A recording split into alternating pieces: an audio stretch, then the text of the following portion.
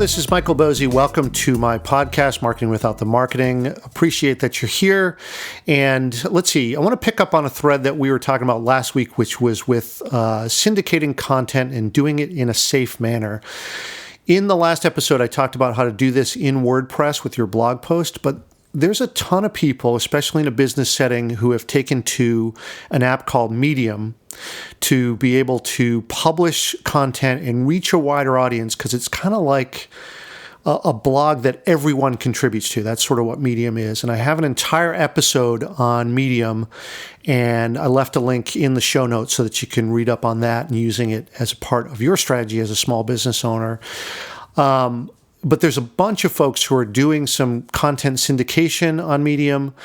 And there's some new things about Medium that allow you to do this, which is kind of cool. So I thought, I've been getting a bunch of questions on this. I thought what I should do is sort of run through how to do this and to do it safely. Now, when people are using Medium in a business context, there's not a lot of folks, though there are some, who are using Medium exclusively, right? There's good reason for you to want to be doing a blog on your own property and not doing what's called digital sharecropping. I've talked a lot about this throughout this podcast. You know that I'm a strong believer that you should own your own content on your own property because it's the only way to control for it. And I want to talk specifically about Medium because I just feel like they're doing this in the best possible way and the safest way with this new feature. So, all right. So from the last episode, we talked about there were a few different ways that people could do this repurposing of content or this syndicating of content, right? There were 4 things that I mentioned: publish an excerpt, an edited version, a redirect only, or to publish duplicate content with a rel canonical tag. Again, I left a link in the show notes so you can refer back to that and hear this in context of WordPress. But let's focus on Medium. As I mentioned last week, you see a lot of people using Medium with the sort of excerpt strategy, right? So in other words, publish a blog post and then publish an excerpt or a reduced version of that on Medium, and then say, to read more, go here to my site, which I don't recommend that. As I mentioned last week, look, let people read the article, right? Don't make them go somewhere else. Don't give them half of it and then tell them to go to your site. That's just not nice to the reader. I don't need to get into that a lot since I kind of did my rant last week, but not a good practice. Now, editing the posts and then publishing on Medium, that's fine, but it's a lot more work. Again, I already covered this last week. But let's talk about the thing that is really, really good about Medium, this new feature of theirs, which is that it's allowing you now to take that canonical link and put it into the page code automatically, which is very, very cool. Medium's making this really, really easy, and this is a fairly new feature. It's only a couple months old, and it's really awesome. So what they've done is just made it totally okay to republish existing content on the Medium platform. And again, as long as you're doing it carefully, right, that you're telling Google that it's duplicate content so you don't get dinged for it from an SEO standpoint. So let me give you a quick run through of this. Here's how you do this. So you're in the Medium app, and I believe you can only do this on desktop, not on mobile yet. So in Medium, click on your profile icon in the upper right, click Stories in the little drop down there, and then click Import a Story. Just take the link from the original or the canonical piece, right, and just paste it in there. And then you'll see it'll actually grab all the content from that site and it'll put it into Medium's format. From there, all you want to do is edit it like you would any other Medium post, right? You want to make sure that it's clear, that the formatting is okay, because sometimes it's not grabbing it cleanly, and sometimes it'll mess that up a little bit. So make sure everything's really nice and clear in the way that you want it. And of course, you're going to want to make some changes to the context, right? This is now in front of a different audience. If you think about it, there may be some overlap with your blog, but there's also going to be some people who read your stuff on Medium and not your blog. So consider that as you're sort of making little touch-ups to this or whatever as you're going through this. And one other important thing I should mention is, it's going to draw the images as well. If that comes from your site and you own the images, great. You can leave them there, format them. Medium offers a couple different options. Awesome. However, suppose that you've published a guest post on someone else's site, or you've been paid to write an article for some other web publication, and they've put in images, and they've paid the Shutterstock license, for instance, to be able to use those images. Here's the thing. Those third-party licenses are not transferable, so you are not allowed to use those images even if they're on their site. So delete those images. You don't want any chance of copyright infringement on this. So if you don't know where that image came from, don't use it. You can sub in another one or just leave them out. Either way is fine. And of course, lastly, don't forget to add one call to action at the bottom of the Medium post, because it's obviously not going to pull that. Think of your audience in this case, right? Who's there reading your Medium post, and what can you get them to do next? So you want to link to, theoretically, something on your site as a next action, right? So that might be another post on the topic that you wrote, or it might be, link to my site to get a download that's related to the content here. Think of ways to provide other value and offer a next step to that user.